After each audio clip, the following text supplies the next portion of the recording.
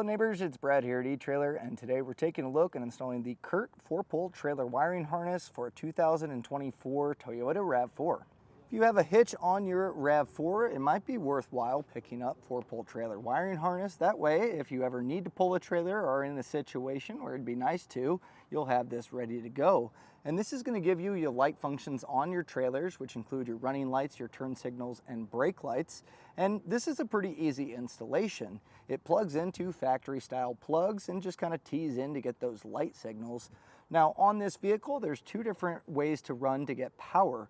This one is a hybrid, so that battery is in the back of the vehicle. If you have a non-hybrid, the battery is going to be in the front. But everything leading up until that power function ties into the battery is going to be the same installation, and this one really isn't too bad to do. There's going to be some interior panels that we're going to need to pull up to gain access to everything, but overall it's pretty simple. And this being module protected as well as an inline fuse in place means that there's really no backfeed that a trailer can send back and damage anything on your vehicle. So you get all the usability of trailer wiring without any risk of causing damage to your vehicle.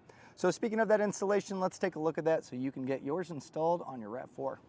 Before we begin our installation, let's grab our wiring harness and kind of break it down of where everything's going to go. Now, first thing we'll take a look at is the red, yellow, and brown wires. These are going to be tying into our tail lights and allow us to get the signal when we have our running lights, turn signals, and brake lights. So this is going to live in this portion here. So we're going to be pulling some of this plastic off.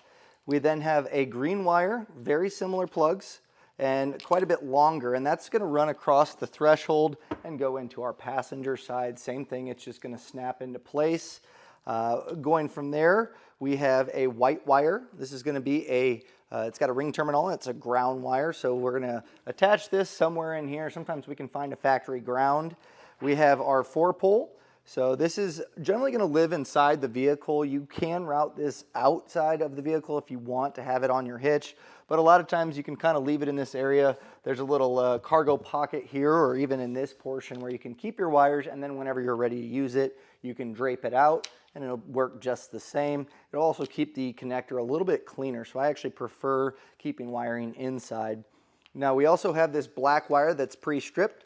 This is going to be our power wire. We need to get 12-volt power to this, so we're going to be tying into our battery. So you might notice the large black spool of wire that's eventually going to attach to this. This will route through a grommet and up to that battery where we'll get our fuse holder in place. So now that we kind of covered everything on the harness, we're going to go ahead and start pulling off some of the interior to gain access to everything. So make sure you have everything out of your hatch because we'll be pulling some of this out. We'll get our threshold taken out. They kind of lock into the side plastics. So in order to get this out, we'll just open up our cargo hatch here. And then you're just going to reach down, and generally I'll work on one side and then the other and make my way towards the center. And you're just going to kind of pull straight up on it. Just take your time because those plastic clips, they can break. And we'll just kind of wedge this. There we go. I'll go to this side and do the same thing. And if you can get one side kind of loose, just work your way over. You can almost reach behind here, and if you need to, a trim panel tool or a flathead screwdriver is a good way to pry that and get those clips to pop off. There we go. So if some of them break, don't be surprised. A lot of times, you can see this one was still kind of attached. They just kind of slide in here. So just take your time. If they do snap, it's not the end of the world. You can pick these up pretty cheap. And they'll just pop back in place when we're done. So with this out, we'll set it aside. Now if you go up where you can put the cargo cover up top here, there's going to be a plastic push pin. So I'm using a trim panel tool. You can use a flathead screwdriver. It'll work the same. Just kind of wedge in that notch to get that center section to pop out.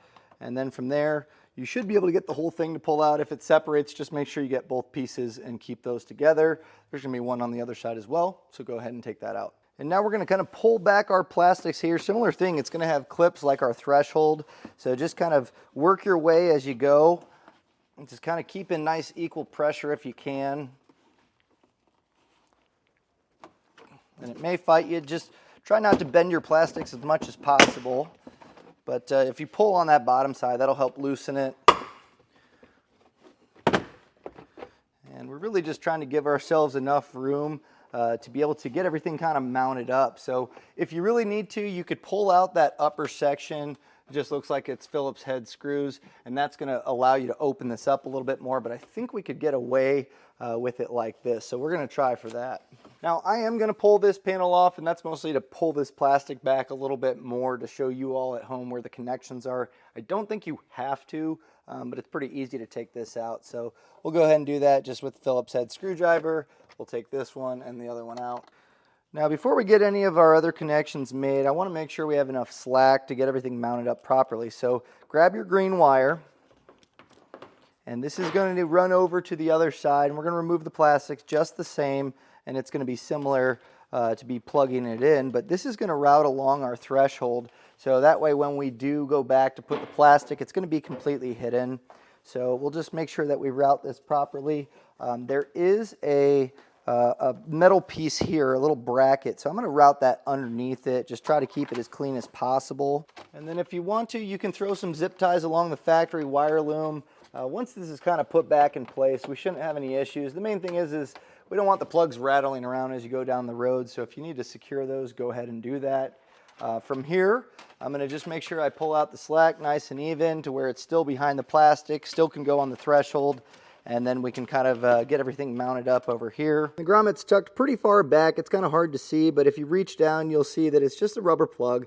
We're going to peel that out to make a hole to pass our power wire through. Now, I would try to get it on this inside portion, so I don't think there's going to cause any clearance issues, but if you have to, just go where there's not a clip, and this will probably work. But I'm going to go where the subwoofer is kind of mounting up here. I'm going to just go ahead and get that zinged in. Now, if you need to, you can do a little pilot hole to make it a little bit easier. It's kind of tight here.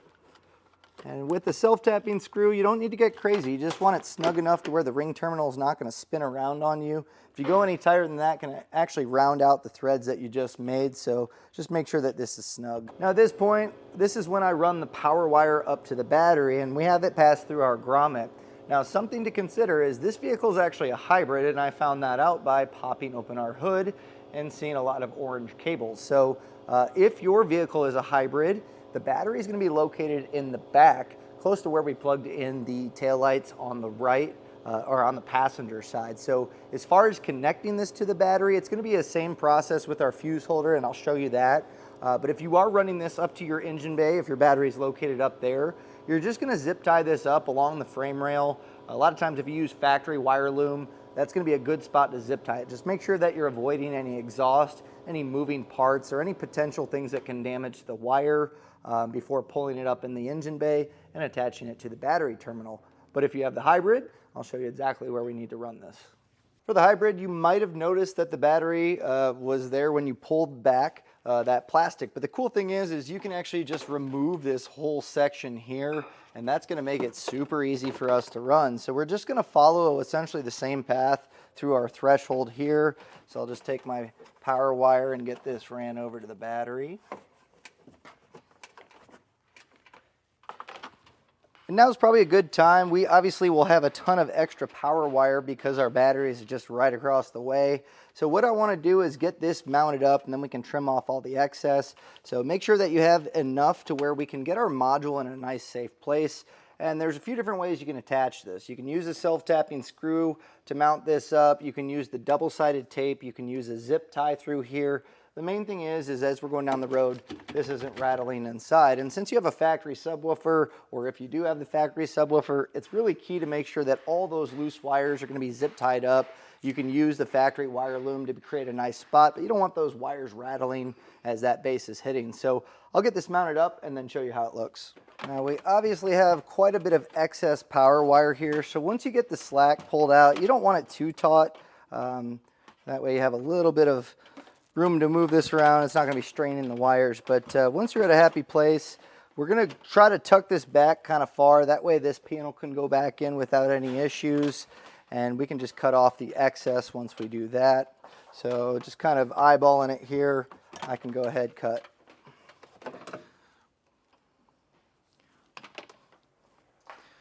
And then with this end, we're just going to strip this back.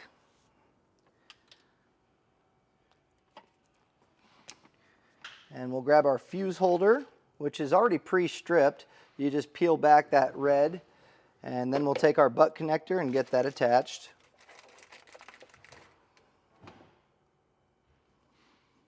And you may notice that the fuse is not attached to the fuse holder yet. That's good. We don't want power going through this as we're making our connection to the battery.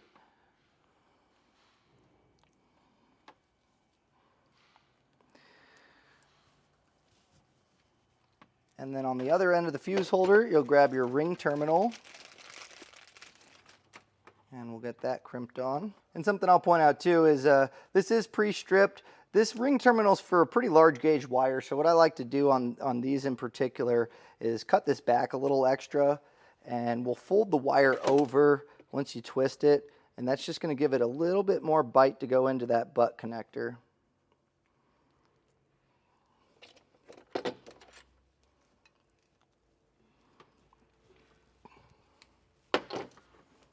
Now we'll take off our positive terminal cap.